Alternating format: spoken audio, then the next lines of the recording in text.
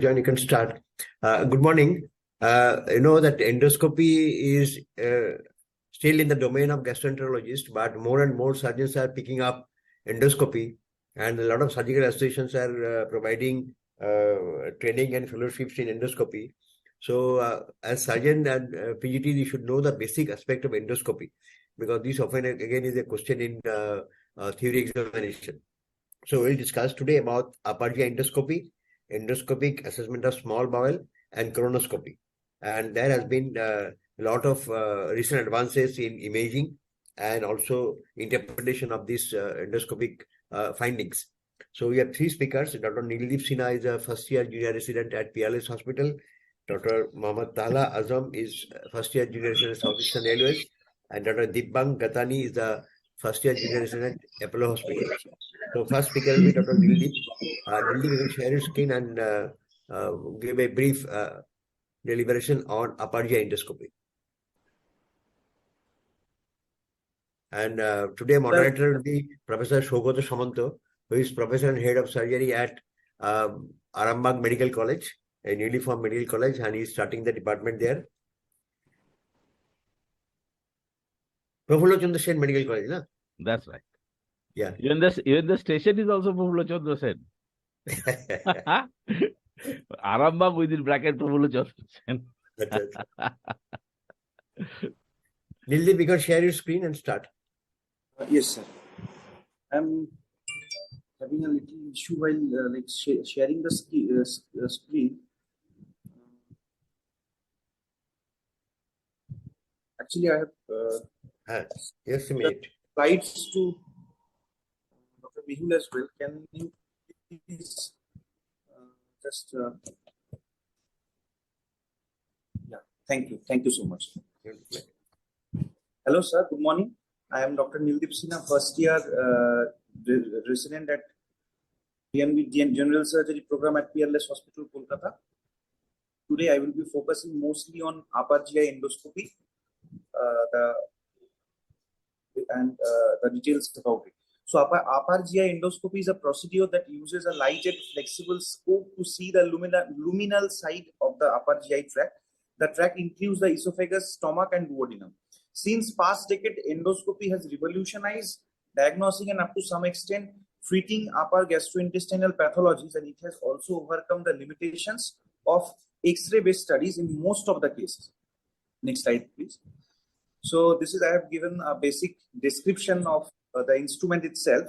So we can see that various parts, and I will be focusing the tip in the next slide. Yes. So this is the tip of the cross-section view of the tip. And as we can see, there are light guide lens and AR or water nozzle, which we use to inflate the area to properly visualize. Next slide, please. So it's a long tubular flexible instrument with a length of average 26 millimeter with 5 to 6 millimeter outer diameter with a 2 millimeter instrument channel. It has a light source, and this procedure is done under general anesthesia or using local anesthetic agents. So the preparation is mostly, as we do like upper GI operations, we keep the patient empty stomach for almost 4 to 6 hours. And if the patient is having certain comorbidities like diabetes, uncontrolled diabetes, asthma, or hypertension, etc., in that cases, we optimize the patient accordingly, and we procure consent for the process. So I have discussed the procedure briefly. The anesthetic calms the gag reflex, and sedatives like midazolam can also be used.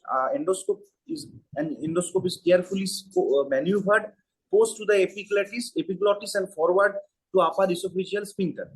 Now, up to second part of the duodenum, it can be visualized. A small camera mounted on the endoscope transmits a video to a video monitor, where we can see the real-time video of the procedure, allowing close examination of the mucosa of the lumen. Air is pumped through the endoscope to inflate the stomach and duodenum, making them easier to see. Special tools that slide through the endoscope allows to perform biopsies, stop bleeding, sclerotherapy, and its remove growths. That now I would like to mention that port is all around 2 millimeter from which we can introduce the instruments.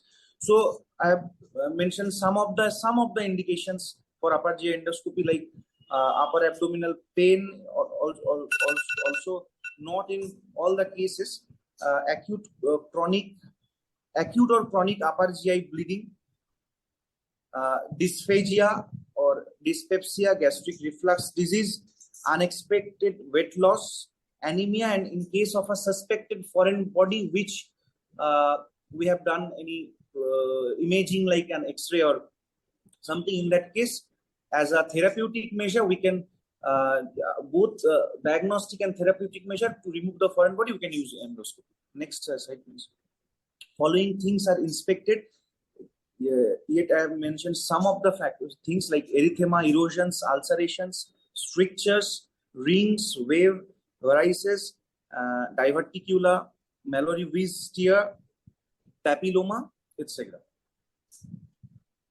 Other than inspection, following procedures can be performed via the endoscope, like taking biopsy, mucosal resection or laser vaporization of any esophageal or gastric growth, ERCP, and associated steps like CVD stenting, banding, or sclerotherapy for bleeding esophageal varices, endoscopic ablation of benign stricture, extraction of foreign body, percutaneous endoscopic gastrostomy, and some other diagnostic additional tools like endoscopic ultrasound. In stomach, we mostly see several things. Like along with that, we look for food debris, any retained fluid, foreign body, the anatomical landmarks, as well as these things. So I have mentioned some of the upper GI pathology visualized endoscopically. These are the common etiologies which we can clearly demarcate via endoscopy. I have mentioned some of the pathologies. Next slide, please. So it's a case of esophageal wave. We can clearly visualize the wave here. Now, it's an example of Barrett's esophagus, but how we see while doing endoscopy. Next slide, please. A case of carcinoma esophagus. Now, this is it's a therapeutic procedure. It's endoscopic dilatation of esophageal benign stricture. Along with the first slide shows the actual stricture itself. So it's a case of hiatus hernia visualized by endoscopy. Patient presented with intermittent dysphagia. We found a sketch reading. Next slide, please. So these are the instruments which I mentioned, which can be introduced through that 2 millimeter instrument channel of the endoscope. So as far as I mentioned up to stomach, so that as far as duodenum is concerned, we look for ulcerations, erosions, scallop, duodenal folds in case of like celiac disease. If biopsy indicated, a biopsy forceps is introduced, as I shown the instrument in the previous slide, to take the biopsy. Next slide, please. So ampulla is also visualized up to the second one, like in the second part of duodenum. Here in the lower slide, we can see a case of periampullary mass under evaluation. It's another slide of periampullary CA. Contraindications: ingestion of caustic materials like acids and bases, known for suspected coagulopathy, patient in shock, uncooperative, and inadequately trained. Like next slide, please. So there are certain complications associated with the procedure as well. It's a commonly performed procedure and carries a low risk, although there are certain complications which may be encountered, like perforation, bleeding, and in some cases we have seen and witnessed benign esophageal stricture. Recent trends, we are using some of the tools like capsule endoscopy. Although it's a very costly procedure available in only few centers, still there are certain areas where this technology is being used, and which has revolutionized again the whole process of diagnosis, mainly because with these things like capsule endoscopy we can't intervene, but definitely more clear picture and the whole tract is visualized. So these are the newer advancements.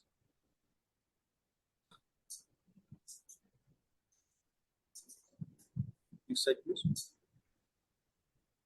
Yeah. Thank you. Thank you so much, sir. Shall we start then? Nildeep, good morning. Yes. Good morning, sir. Right. So you had the topic of upper GI endoscopy, indications, limitations, Yes, and scope and whatever. So one or two things about presentation. You are very new, first year. So first thing is slides. You should not read from slides.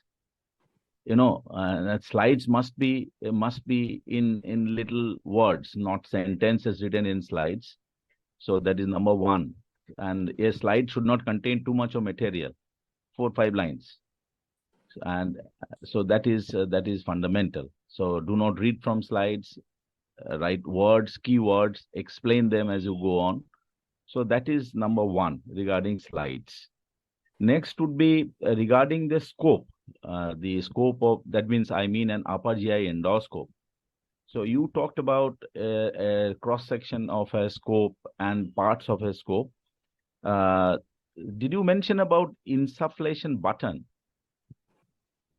I don't think you did.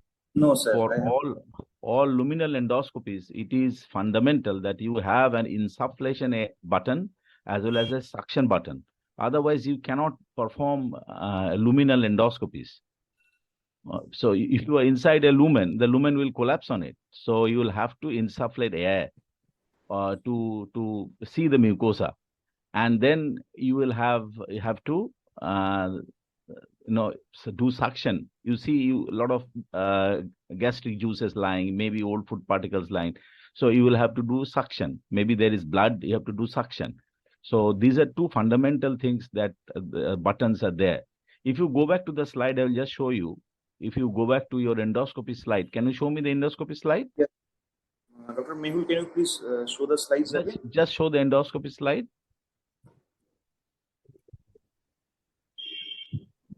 Just show the endoscopy. There's a picture of an endoscope. Yeah. So these are the two. This is the suction valve. Can you see that? Yes, sir. Air and water valve. Yes. And air water valve is for, and this is rapid. This is deflection control knob. Now regarding the this thing, where is the camera? Where is the camera actually in an endoscope? So the camera lies in the first part of the instrument, and Where? Here, where the arrow is pointing. Yeah. No, so that is the scope. That's what I want to know. Where is the camera? The camera should be at the proximal most part. That means where the. What kind of camera is this?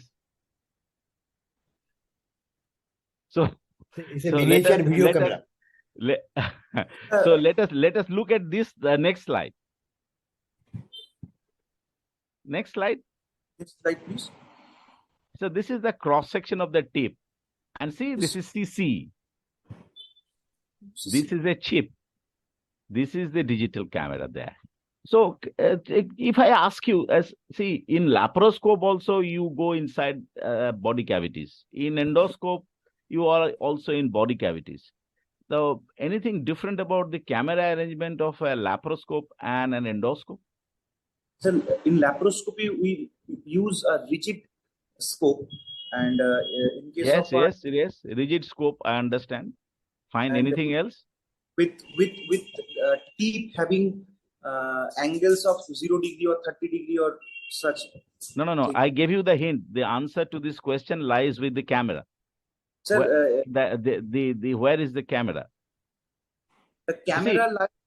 This is all a digital chip somewhere in the scope, and you have got a camera to a digital box, a console that Yes. interprets the images there.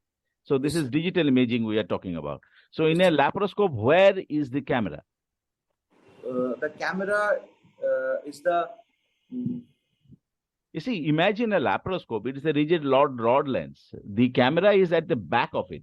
That back is the of attachment. yes. The attachment surgeons put on top of the rigid scope. You fit the camera there, isn't it? Yes, So sir. there is a difference between a laparoscope where the camera is at the back of the scope and usual upper GI endoscopes where the camera is at the front of the scope. But there are laparoscopes now in which you have got the chip at the end of the Yes. chip on stick, that you have got a chip at the end of the laparoscope itself with a degree of mobility at the end. So which do you think is better, having a laparoscope at the chip at the end or a chip at the back? You're getting my point? Yes, sir. I'm getting, but Yes, yes. I'm asking you little, principles of laparoscopy, so you get an idea. You sir, see, I'm not if your sure. chip is at the end in close proximity to organs, maybe the visualization will be a little better. But the problem is the noise. That means a little bit of contact with an organ, a little bit of blood, a little bit of smoke will basically affect the images significantly. Are you getting me, Nildeep? Yes, sir. So, Yes, sir. hence, chip on stick cameras in laparoscopy, because laparoscopy is essentially an operative instrument. So Yes. that's why chip on stick did not catch up in rigid laparoscopes. But on the other hand, in endoscopes, you are more interested in visualization and maybe do some procedures. There, a chip at the end is very, very important because you can see the mucosa well. You have talked about advances in your last slide. What is Yes, sir. chromoendoscopy? Sir, we use UV rays to visualize certain pathologies along with Before that, you will have to use a dye. dye. You see, here you have not mentioned anything about chromoendoscopy. No, sir, Chromoendoscopy is a very, very important tool. Chromoendoscopy is a very, very important tool. Okay. Now Yes, sir. let us come back to so we have talked about the scope. Scope is it is maneuverable. It is a flexible scope. Next question was regarding preparations. You talked about certain preparatory these preparations you have to carry out. So show me the preparatory slide. You have got a preparatory You mentioned 6 hours. What is the current recommendation? You mentioned 6 hours of fasting. I was going through some review of upper GI endoscopy. What is the current recommendation for preparation? Previous. Sir, as gastric entering time for solid is almost 6 hours, and for liquid it is 4 hours, and in case of a clear fluid it's 2 hours. So 6 Yes. hours of meal per mouth should suffice. No, 6 hours is too long. Now people are saying that you can allow the patient clear liquid till 2 hours. They are saying that gives a more patient satisfaction. And second was, there are some drugs which you can give pre-op, which enhances your visibility during examination. Have you gone through some of this? Some drug which are given pre-op, pre-endoscopy? Simethicone is the anti-flatulent drug. Okay, so if you give the patient simethicone, they are saying that this gives the visualization better. And another thing was, Dr. Saundra mentioned was chromoendoscopy. Apart from these, there are some recent advances. You see, in upper GI endoscopy, the most important to pick up early lesions, dysplasia, and these are all amenable with newer endoscopy procedures like narrowband imaging. Okay, there are some laser band imaging. So these are the newer advancement endoscopy. And there has been another study saying that, you see, I find a endoscopist who put the endoscope and go out in about 1 to 2 minutes time. So what is the optimal? Is the time important to pick up more and more lesions in the upper GIT? What is the current recommendation for examination? I see a endoscopy, he'll hardly take 30 seconds to 1 minute to complete the whole examination. Sir, I'm exactly not sure about that. So there has been study. People are saying that there are two groups of endoscopists. One is fast endoscopist, one is slow endoscopist. Okay, The sir. optimal time they're saying is you should spend about 7 to 8 minutes for doing a good upper GI endoscopy. Okay, sir. 7 to 8 minutes. Okay. Right. I think sir has covered that area. So just tell me, if a patient comes to you with acute upper GI bleed, when to do the endoscopy? That is an indication, one of the foremost indications of Yes, sir. urgent endoscopy. After, like, sir, stabilizing the patient, if the patient is in shock, we will like resuscitate him with IV fluids and all, so that the patient. I think you have hit the nail on the head. After you have stabilized the patient, usually it is performed the next day after you have stabilized the patient. That is a reasonably good answer. Now let us look at the this preparation. Next slide, please. Here you talk about the procedure. Okay. Yes, sir. So you have either you are using an intravenous. You also said you can do it under GA. So GA and under general anesthesia endoscopy, when do you do it? In like, sir, the patient is not cooperative, whether It's a child. It's a child, yes. In case of its Pediatrics, it's a child. sir. So they need anesthesia. Okay, so they may need anesthesia. So there you will need anesthesia. In others, you will try and do it under intravenous sedation or obviously aided by local anesthetic sprays and Yes. gargles, and also gargles. Gargles are also given. Now you have not talked about a mouth gag. You see, fundamentally, which position do you do the upper GI endoscopy? Where is the endoscopist, and how is the patient lying on the table? Sir, the patient lies usually in supine position with left side slightly elevated. Okay, not completely left lateral, but yes, I agreed completely. So he turns on the left side, supine position, left side. And then what do you do? First thing you do is you introduce a mouth gag. Mouth gag. It's a So that he plastic doesn't mouth gag bite. between the incisors. Yeah, so the endoscopy is not damaged. And then the first part of the endoscopy is blind. That is, you go past the maneuver post the epiglottis, and you will find if you are doing endoscopy in the beginning, this is where you get stuck. So this is a maneuver you have to learn with time. Rapidly introduce the endoscope into the esophagus. So that is fine. And thereafter, everything is under vision. And and always remember to deflate before you come out. Otherwise, the patient will have a lot of discomfort. So deflate. So endoscopy, you put a bit of, never overinflate. You introduce the scope under vision, and while coming out, you will deflate. Now, esophagus you have seen, and there are several things to talk about in endoscopy of the esophagus, but I suppose this class is not for that. So there are several things. What is a Z line? How do you know where is the diaphragm? And all these questions are important. You have to measure the length of the esophagus from the incisors, and then you get into the stomach. After getting into the stomach, normally the scope will go via the lesser curvature. So you will have to make maneuvers to look at both the entire anterior posterior wall, greater and lesser curvature, reach the duodenal opening, and with an end viewing scope, you can get into the duodenum. You will go for a little while, but you can't maneuver beyond D1, D2, and then that is the end of it. And while coming back, you have to do something called a J maneuver. What is a J maneuver?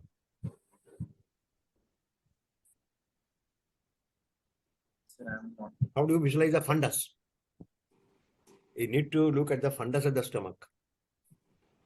As you go straight, you are going from the esophagus down to the body, antrum, and the duodenal area.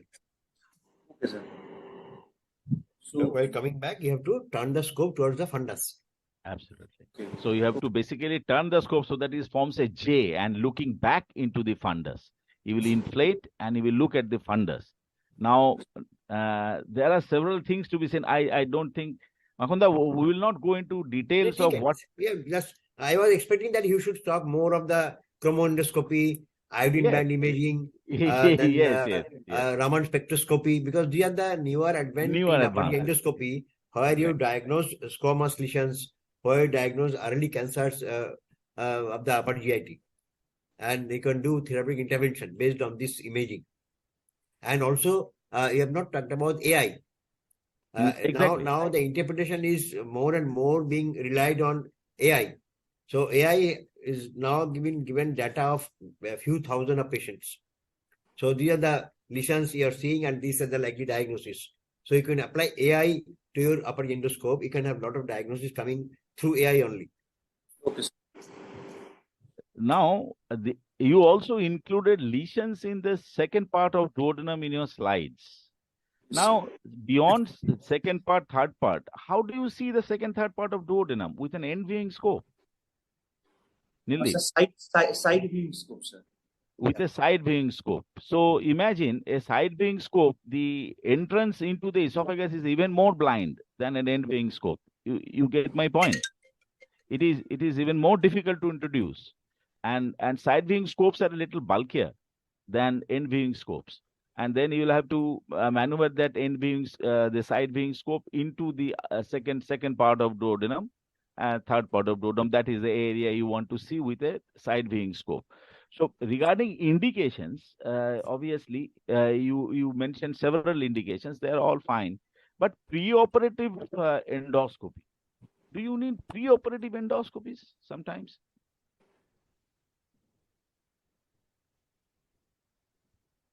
Operative. As part of the assessment of certain patients, you need preoperative endoscopies. So, see, the patients will be sent to you as an endoscopist. A surgeon will send a patient to you for assessment, but you do not know why he has sent it, because if you are not aware of this indication. So, remember, endoscopy is also done preoperatively for certain major operations like prior to a Whipple's operation, for example.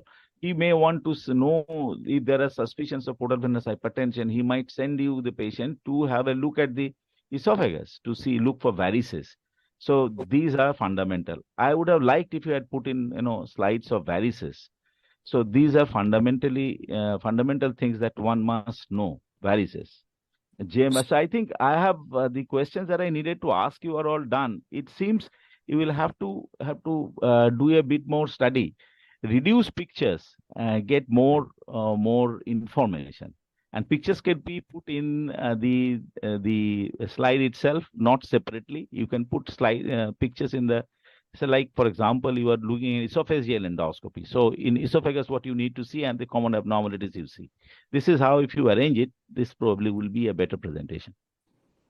Thank you so much.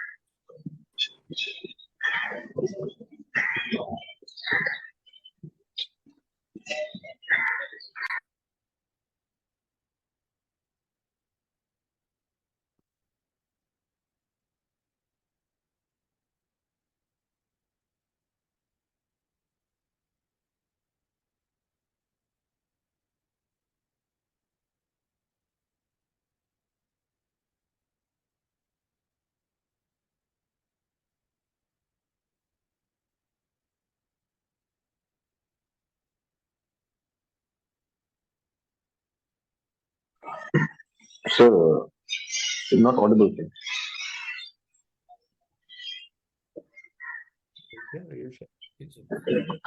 Nana, you share your screen? Yes, sir. Good morning, sir. Yes, sir. I'll share my screen. Yeah. Sir, I'm Mohammad Salah Azam, first year junior resident at Southeast Area Central Hospital. Good morning, everyone. So I've been asked to present endoscopic assessment of small bowel, and these are slides which I've made. I would like to present this thing. So coming to endoscopic assessment of small bowel. No, we cannot Small see you. bowel. Dr. Tara, your screen Yes, is not sir. seen. Please share. Oh, sorry. Just a minute.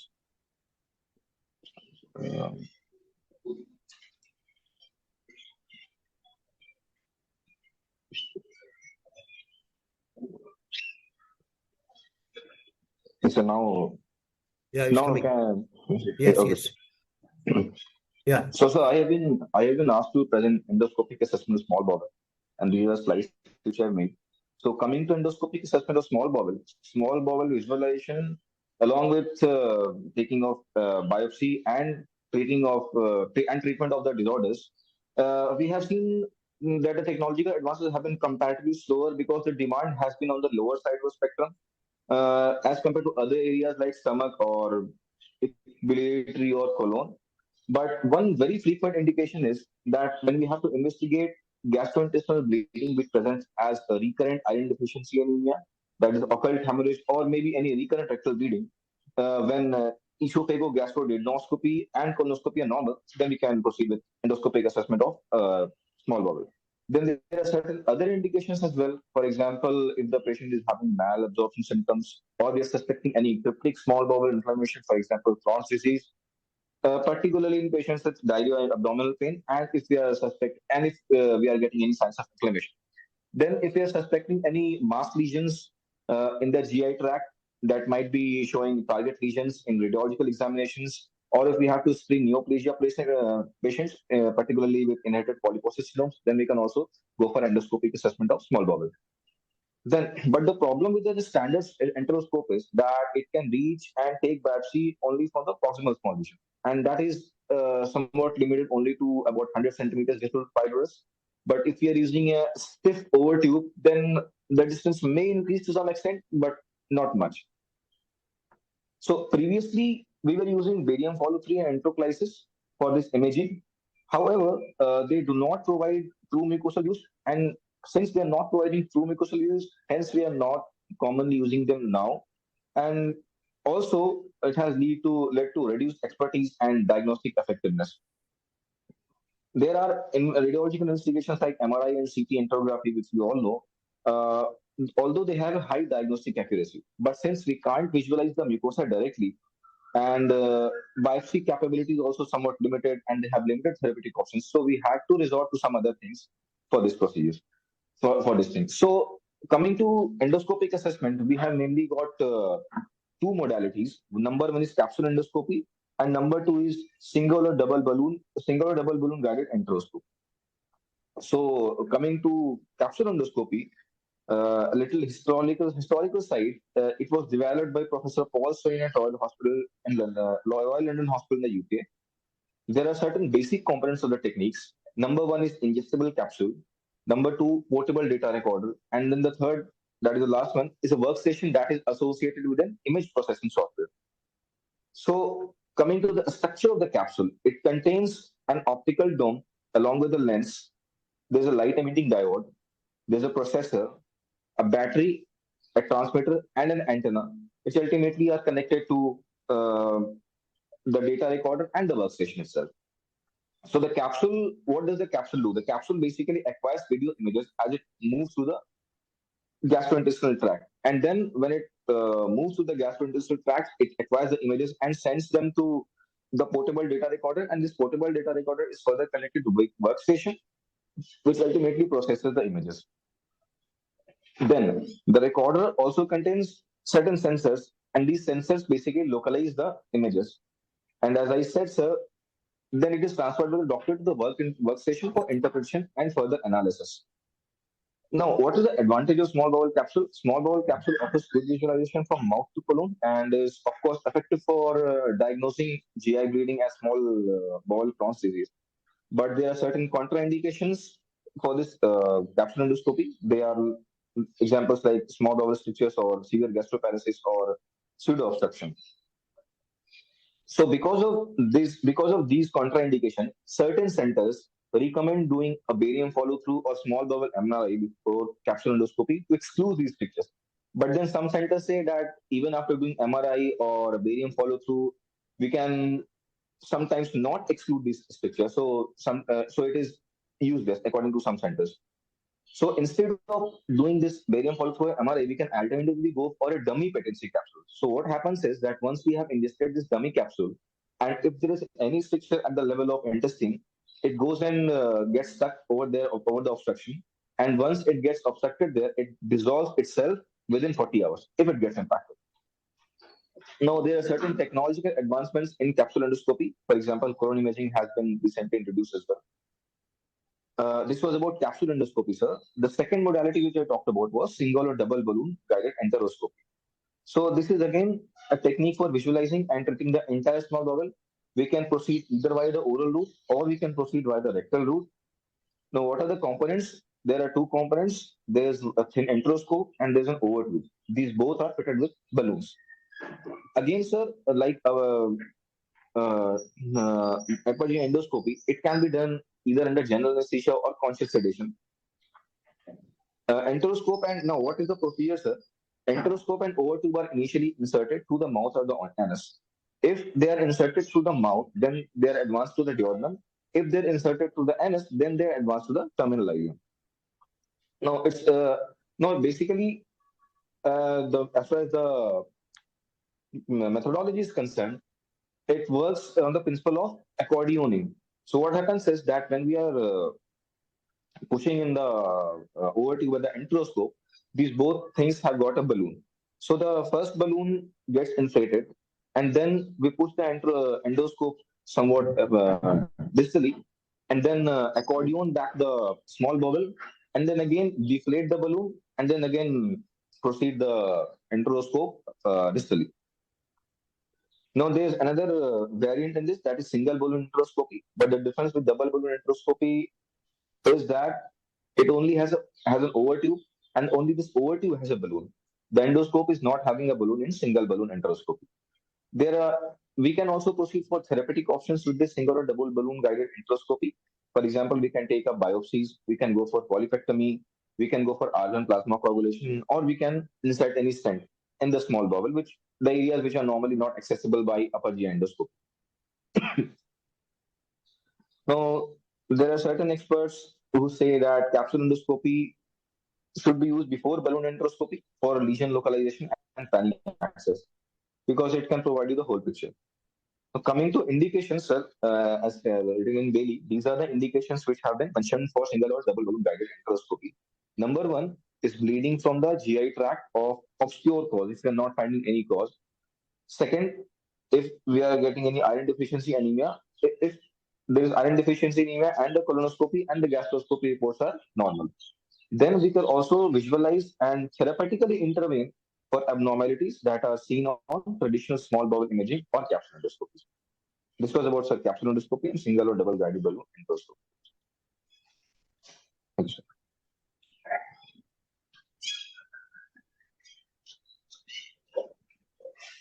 Dr. Azam, I think your presentation was elaborate and it covered the subject reasonably well. The only thing is you haven't got any pictures. So to visualize a double balloon enteroscopy or a single balloon enteroscopy, you certainly need pictures. So that would have enriched the presentation. You needed to show some pictures of enteroscopes. Okay. So I think that is one improvement that could be incorporated here. And some of the slides are too crowded, one or two slides, so less material in some of them. Otherwise, I think the presentation was overall acceptable. Sir, what is the advantage of this double balloon enteroscopy over your capsule endoscopy? Capsule endoscopy is much convenient. You can take the capsule and have the real-time imaging. But there are some advantage of having a double balloon enteroscopy. Sir, capsule endoscopy, we can normally not go for capsule endoscopy if you are suspecting strictures, if you are suspecting any kind of obstruction. Yeah. But enteroscopy can be done even if you are suspecting an obstruction, because we have the thing in our control. And you have to allow the capsule to pass on its own course. In double enteroscopy, you can get the procedure on table. Yes, and you have some lesions which can have some therapeutic intervention. by using double-blind endoscopy. Okay, lot of intervention can be carried out like polyps, taking biopsy, memory addition. If there is a bleeding, you can control the bleed. Yes, sir. How many images does a capsule endoscopy usually take? Any idea? And how is it interpreted? AI has come in a big way here. Yes, sir. Yes, sir. Yes, sir. Roughly how many images does it take? Any idea? No, sir. Number of images, I'm not sure. It's thousands. And it is physically impossible to check. You cannot physically impossible to check it. So that's why you need computer-aided and diagnostic aids to really look at the problems. Okay. And the true problem is that the obstruction, partial or complete obstruction, and that may get the capsule getting stuck. So that is true limitation of this procedure. Yield, it is such an expensive procedure. What is the therapeutic yield? I mean, is it really worth doing? Let us come to this question. Is it really worth doing? I mean, would you like to do some other investigation? For example, you have got a GI bleed, obscure GI bleed. So at what point would you say the patient undergoes a capsule endoscopy?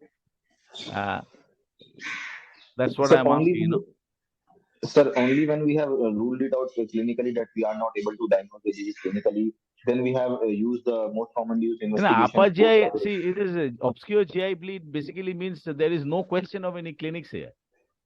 You have failed to diagnose everything. That's why it's obscure. So can you take me through at what point would you advise capsule endoscopy? Because that seems to be the true indication of a capsule. You do angio before you capsule endoscopy, or you can do the capsule endoscopy as usual has hit the nail on it. No, sir, we would definitely not directly go for capsule endoscopy, sir. So we will have to first rule out. Even with angiography, you cannot localize, because in angiography you can localize. Now there are a lot of interventional radiology procedure where you can control the bleed by doing embolization. Okay, because capsule endoscopy does not have therapeutic option also. So basically, it means capsule endoscopy comes at a sort of a last choice. You have to exhaust all your options, including angiograms before you reach there. Even you can do a technician scan prior to doing a capsule endoscopy. Okay. Yeah. Okay. Esoteric tool to use sometimes. Yes. Previous version of capsule endoscopy was a capsule which need to be retrieved and used for imaging. Now this capsule need not be retrieved. They can have real-time imaging in the software. Absolutely. So I think we are left with the final part of endoscopy procedure, that is colonoscopy, which is also very commonly done procedure, and we have a lot of indication for diagnostic and therapeutic options in colonoscopy. Dr. Dibbang Katani, who is a first-year junior resident at Apollo Clinical Hospital, will present. Dibbang, you can share your screen. Thank you, sir. Yes, sir.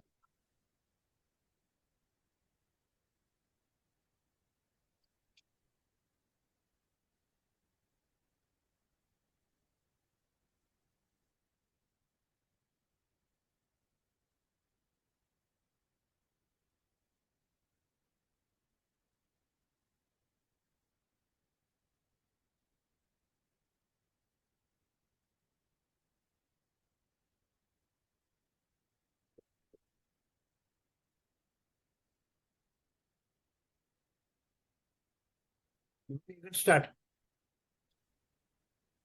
Good morning, sir. I I am Dr. Divyank. Can you hear, sir? Yes, I can hear you. Good morning, everyone. I am Dr. Divyank Gatani, first year DNB surgery resident at Apollo Multi-Speciality Hospital, Kolkata. The topic of today's discussion is colonoscopy. Please change slide.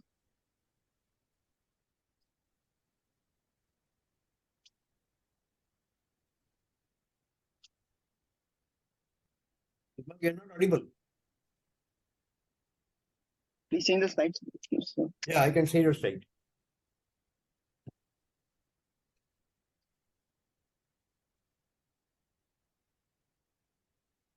colonoscopy is an endoscopic procedure pioneered in Japan in the late 1950s that allows visualization of entire mucosa of the large intestine and distal terminal ileum.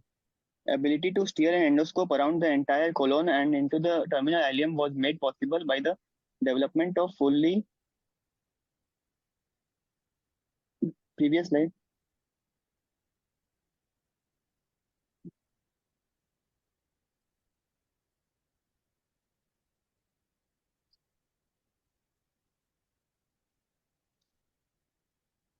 Development of fully flexible colonoscope with more than 90-degree angulation of the tip. Advances in bowel preparation have enhanced mucosal visualization.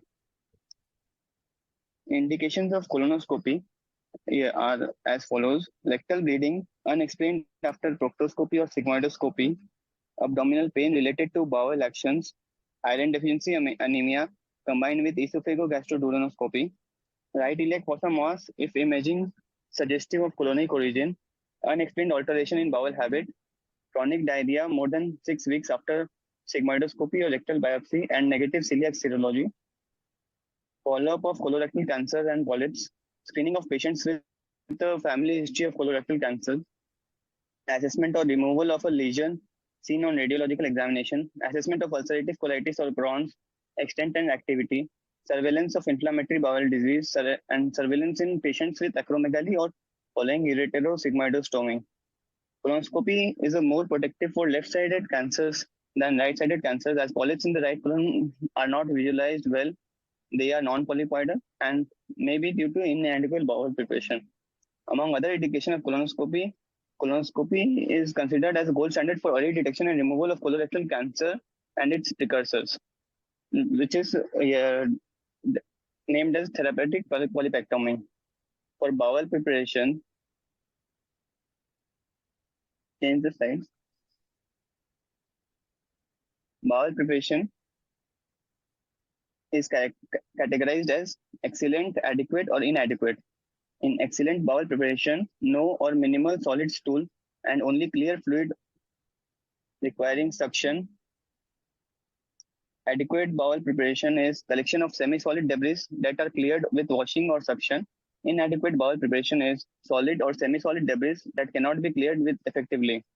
Bowel preparation is done by mainly three chemicals like polyethylene glycol, sodium picosulfate, or sodium phosphate, and half the volume is administered on the day before the procedure and other half on the day of the colonoscopy at the morning. Next slide, please. Sedation and discomfort for patients is a issue in colonoscopy which needs discussion. No sedation, it can be done by no sedation, conscious sedation, or deep sedation. No sedation is when there is no sedation given to the patient, and it helps in dynamic position changes, which is a key to cecal intubation. But there is also a disadvantage of pain, which occurs when there is loop formation, but it helps in identification of loop formation when there is pain to the patient. Conscious sedation is the preferred method nowadays, which involves giving combination of benzodiazepine and opiates. But we can also do deep sedation with propofol, where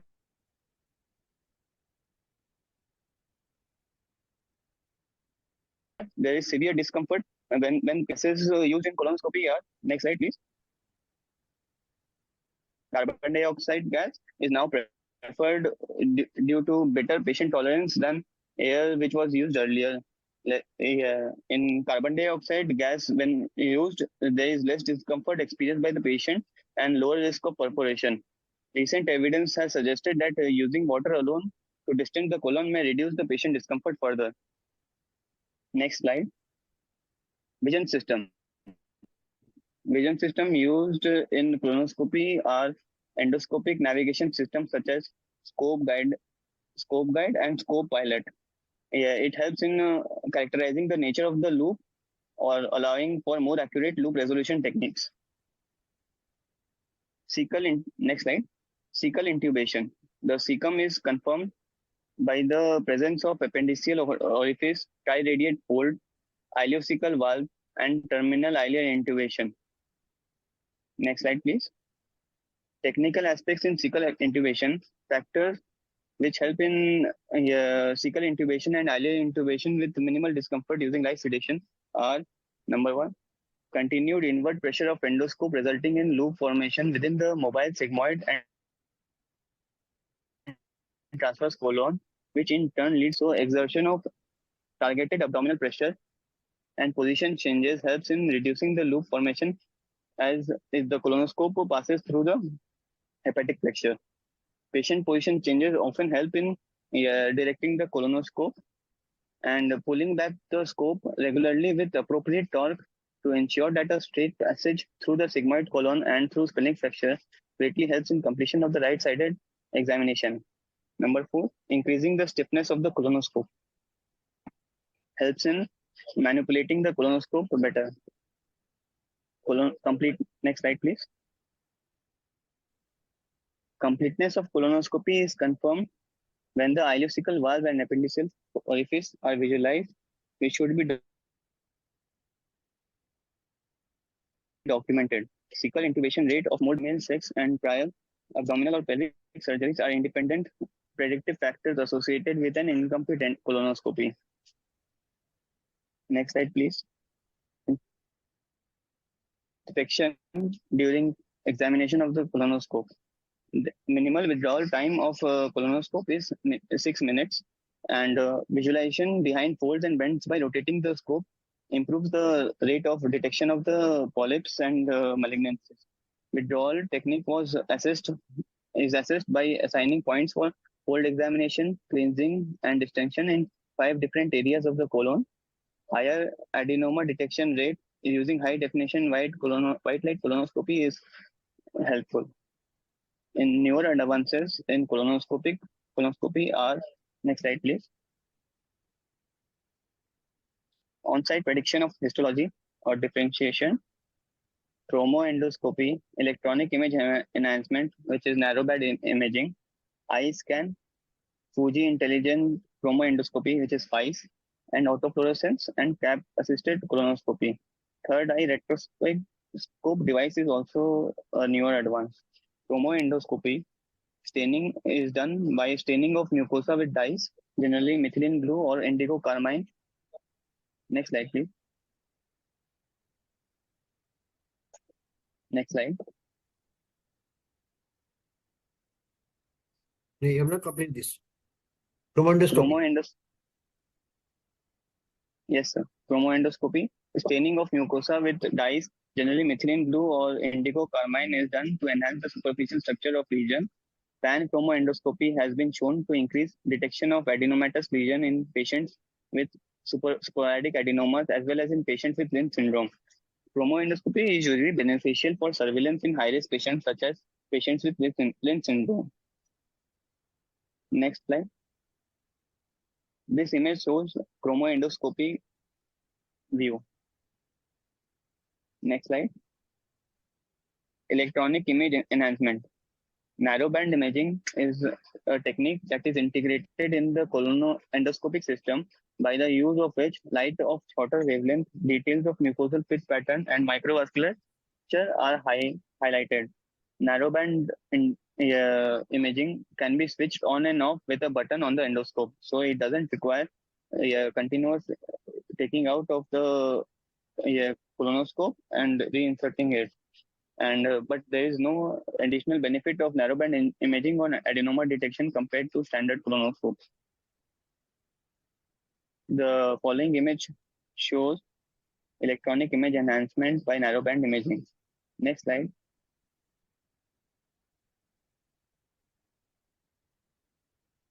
Autofluorescence imaging, based on different fluorescence emission spectra, which enable differentiation of neoplastic lesions from normal or non-adenomatous lesions. Next slide.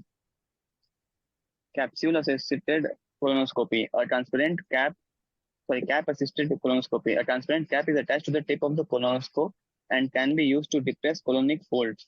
It improves visualization of the colonic mucosa behind folds and flexures, possibly enhancing polyp detection and facilitating cecal intubation.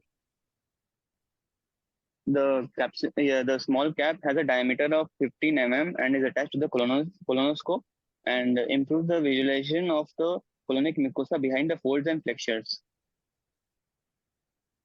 TER device, which is third eye retroscope device.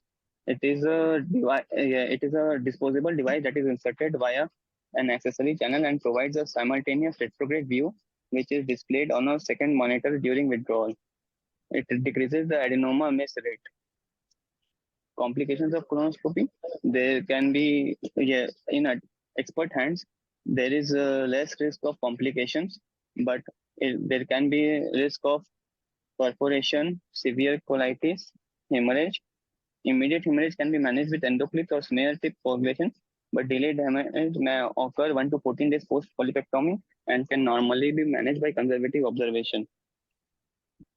Perforation is have extensive diverticulitis, and severe colitis are risk factors for perforation. And severe colitis is in an unprepared, flexible, and sigmoidoscopy is usually sufficient for diagnostic purpose.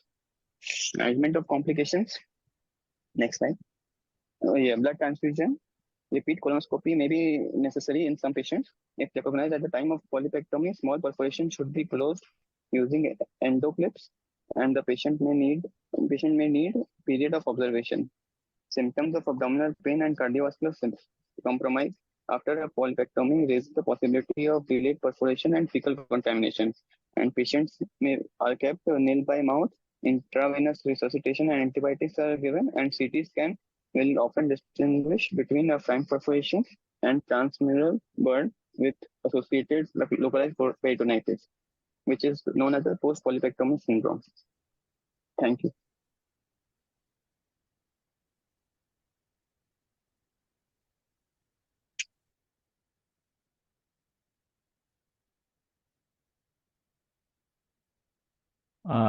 Dr. Gatani, good morning.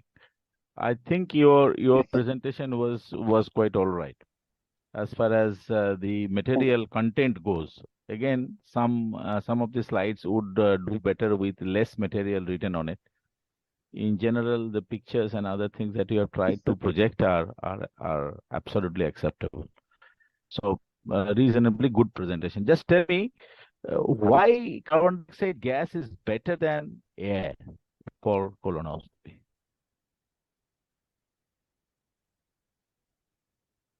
Mostly, it can be absorbed quickly than air.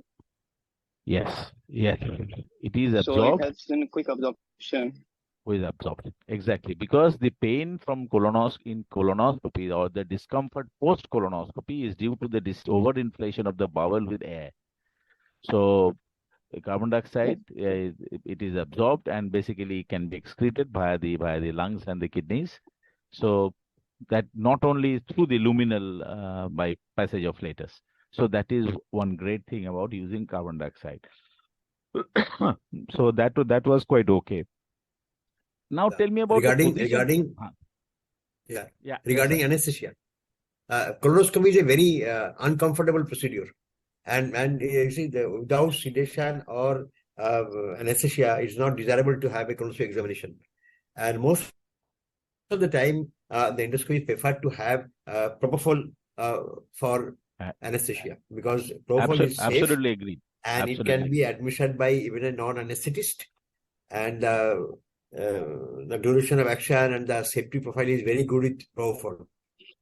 So yeah, I mean, although you have talked about the preferred method of conscious sedation, I mean, most colonoscopists would prefer a deep sedation with propofol, especially if intervention is planned. Some sort of intervention is planned. Propofol is excellent, and use of carbon dioxide has also improved the acceptance rate of colonoscopy. Agreed completely with Makunda. Now tell me the position of doing a colonoscopy.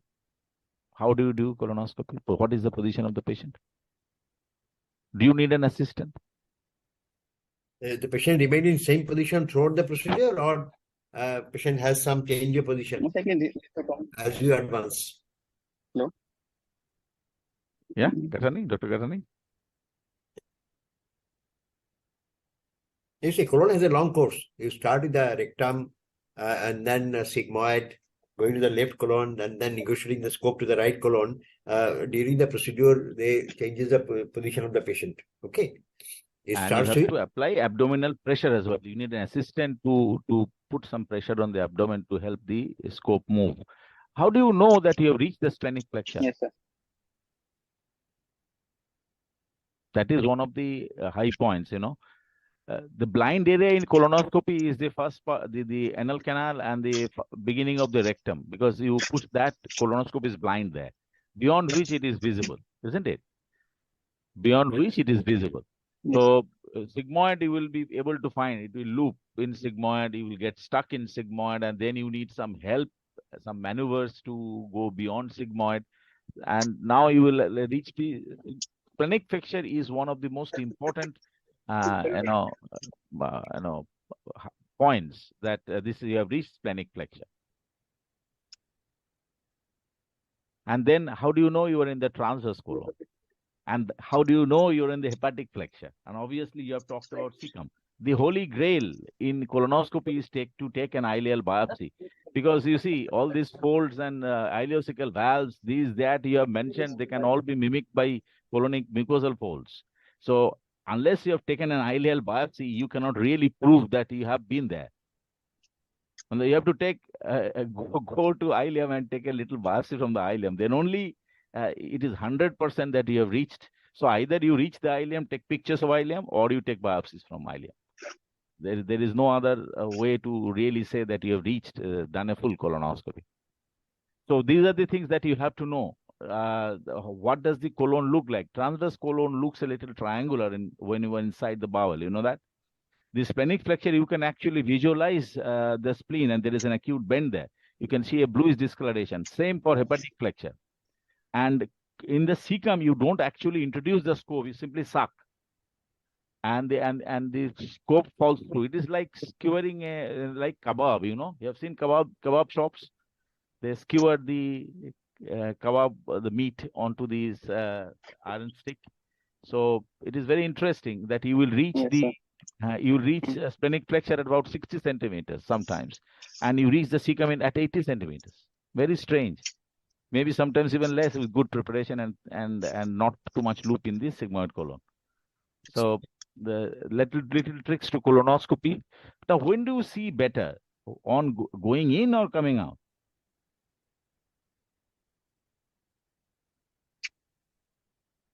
Probably coming out. Absolutely. So your primary point is to enter the lumen with safety and go as much as possible without causing too much of patient discomfort. You will go in. During going in, you will take in whatever is coming, but you will actually visualize and study the colonic mucosa while coming out. Slowly, always remove the scope slowly with suction at a bit of suction, a bit of inflation. Slowly you come out, and this is the time you are going to find out the abnormalities that you are looking for. Okay, I mean the presentation as such was quite all right. Yeah. Okay. Okay. I got past 9. Okay. Okay. Thank you. Thank you, all the speakers. Thank you, Dr. Samanta, for the nice discussion on this issue. Okay. Thank you, sir. Thank you. Thank